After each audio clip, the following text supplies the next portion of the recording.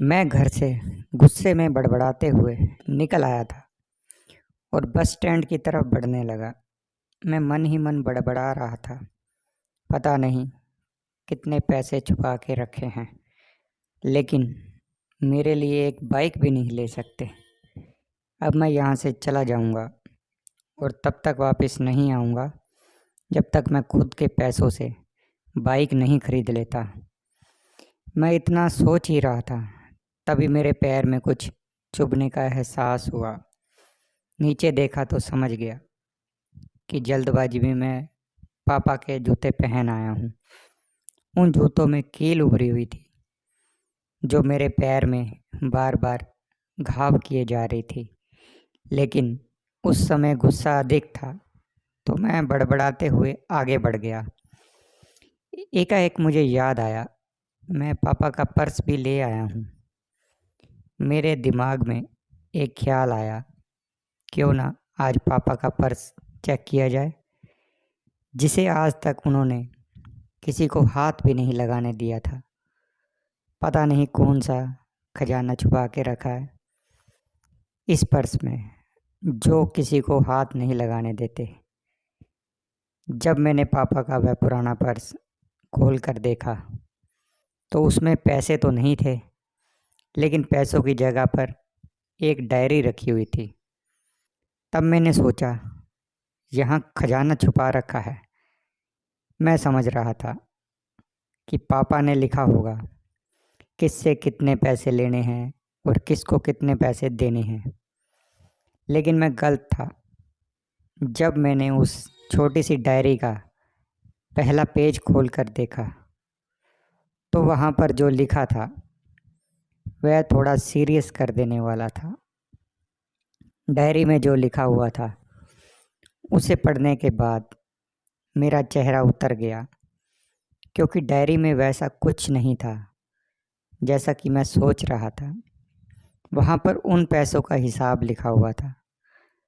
अलग अलग कामों के लिए अलग अलग लोगों से उधार लिए गए थे। उस लिस्ट में कंप्यूटर के नाम पर भी पैसे लिए गए थे। कुछ यूँ लिखा था, 50,000 रुपये बेटे के कंप्यूटर के लिए। यह वही कंप्यूटर था जिसे मैं आज तक यूज़ कर रहा हूँ, लेकिन मुझे यह पता नहीं था उस कंप्यूटर को ख़रीदने के लिए पैसे कहाँ से आए। लेकिन आज पता चल रहा था। आज मुझे याद है, जब मैंने पहली बार कैमरे के लिए जिद की थी तो मेरे पापा ने मुझे 2 हफ्तों बाद मेरे बर्थडे पर ला कर दे दिया था, जिसे देखकर मैं बहुत खुश हुआ था। और मुझे खुश होते देख मुझसे कहीं ज़्यादा खुशी वो उनको हुई थी। पापा, अब मेरे चेहरे से गुस्सा एकदम गायब हो चुका था। जब मैंने आगे का पन्ना पलटा तो वहाँ पर कुछ इच्छाएं लिखी हुई थी। पहली जो इच्छा थी उसमें लिखा हुआ था, अच्छे जूते पहनना। यह बात मेरी कुछ समझ में नहीं आ रही थी।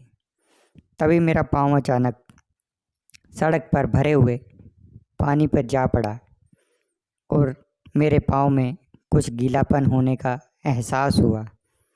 जब मैंने जूता उतार कर देखा तो उसका तला टूटा हुआ था। यह देख मुझे डायरी में लिखी बात याद आ गई। तभी मुझे माँ पापा की बातें भी याद आ गई कि कैसे माँ कहा करती थी पापा से, अब तो जूते ले लो, पुराने हो गए हैं। तो पापा अक्सर कह के टाल देते थे, जूते तो अभी और चलेंगे, अभी कुछ दिन पहले ही तो लिए हैं। मुझे आज समझ आ रहा है कि कितने दिन और चलेंगे। साथ ही साथ यह भी समझ आ रहा था कि पापा पर्स को क्यों छुपा कर रखते थे। तभी उस डायरी को पढ़ते हुए बस स्टैंड पर पड़ी बेंच पर आकर बैठ गया। अब उस डायरी का आखिरी पन्ना बचा हुआ था। उस पन्ने को जब मैंने पलट कर देखा तो वहाँ कल की डेट लिखी हुई थी। तारीख के नीचे लिखा हुआ था 50,000 रुपये बाइक के लिए। बस जब मैंने इतना पढ़ा तो मेरा दिमाग सुन्न रह गया। अब मेरे मन में कोई गिला शिकवा नहीं बचा, बस मेरी आंखों से आंसू चले आ रहे थे। मुझे आज तक पता नहीं कि मैं क्यों रोए जा रहा था, लेकिन अब मैं जल्दी से घर की तरफ भागने लगा। जूतों में वह कील अब तक घाव बना चुकी थी। मैंने जूतों के रास्ते में ही निकाल के फेंक दिया और भागते लड़खड़ाते घर जा पहुंचा। लेकिन पापा घर पर नहीं थे। मैं समझ गया कि वह कहाँ थे। मैं सीधा पास वाली बाइक एजेंसी में गया।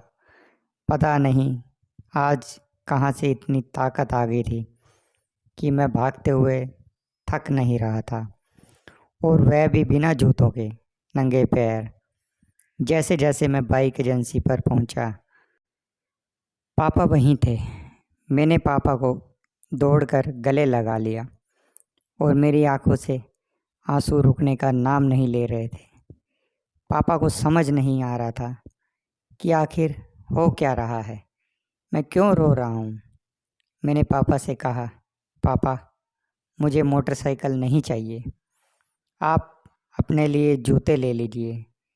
अब आज से मैं जो भी करूँगा अपनी मेहनत से, अपने बलबूते पर पढ़ा लिख कर ही करूँगा।